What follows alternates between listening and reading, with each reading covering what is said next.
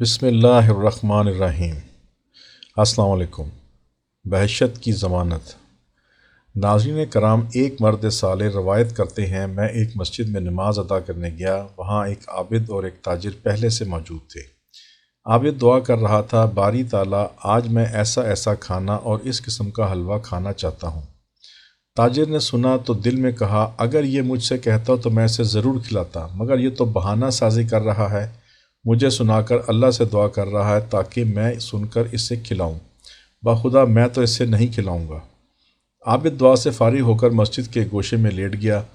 کچھ دیر بعد ایک شخص ہاتھ میں سرپوش سے ڈھکا ہوا خوان لے آیا، چاروں طرف نگاہ دوڑا کر عابد کے پاس گیا اور اسے جگایا اور دسترخوان عابد کے روبرو رکھ کر دور ہٹ گیا۔ تاجر نے دیکھا تو اس میں وہ تمام کھانے موجود تھے عابد جن کے لیے دعا کر چکا تھا۔ عابد نے خواہش کے مطابق تناول فرمایا اور بقیہ واپس کر دیا۔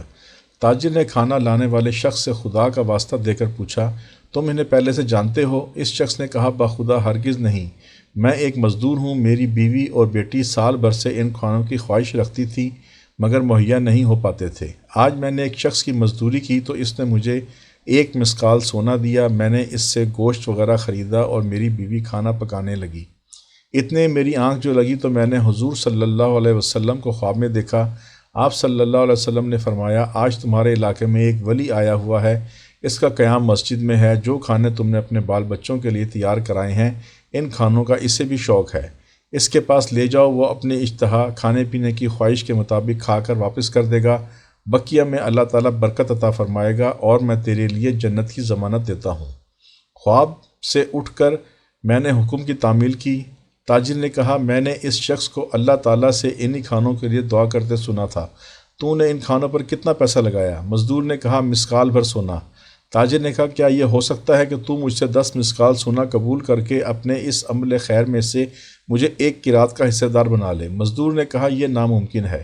تاجر نے کہا، اچھا میں اتنے کے لیے تجھے 20 مسکال سونا دیتا ہوں۔ مزدور نے پھر بھی انکار کیا۔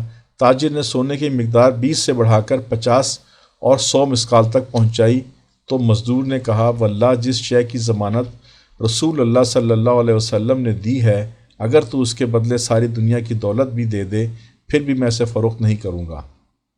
تاجر اپنی اس غفلت پر نہایت نادم ہو کر حیران و پریشان مسجد سے نکل گیا، گویا اس نے اپنی کوئی متاع گراں بہا گم کر دی ہو۔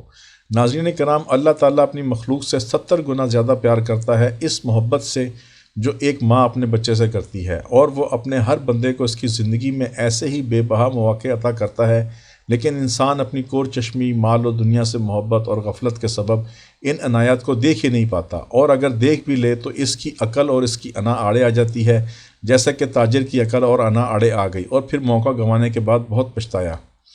ناظرین کرام، ہر اچھی بات دوسروں تک پہنچانا نیکی اور صدقہ جاریہ ہے۔ ناظرین کرام، اگر ویڈیو پسند آئی ہو تو لائک کریں، سبسکرائب کریں، بیل آئیکن پر کلک کریں تاکہ ہر نئی آنے والی ویڈیو کے بارے میں آپ کو مطلع کر سکیں۔ شکریہ، اللہ حافظ۔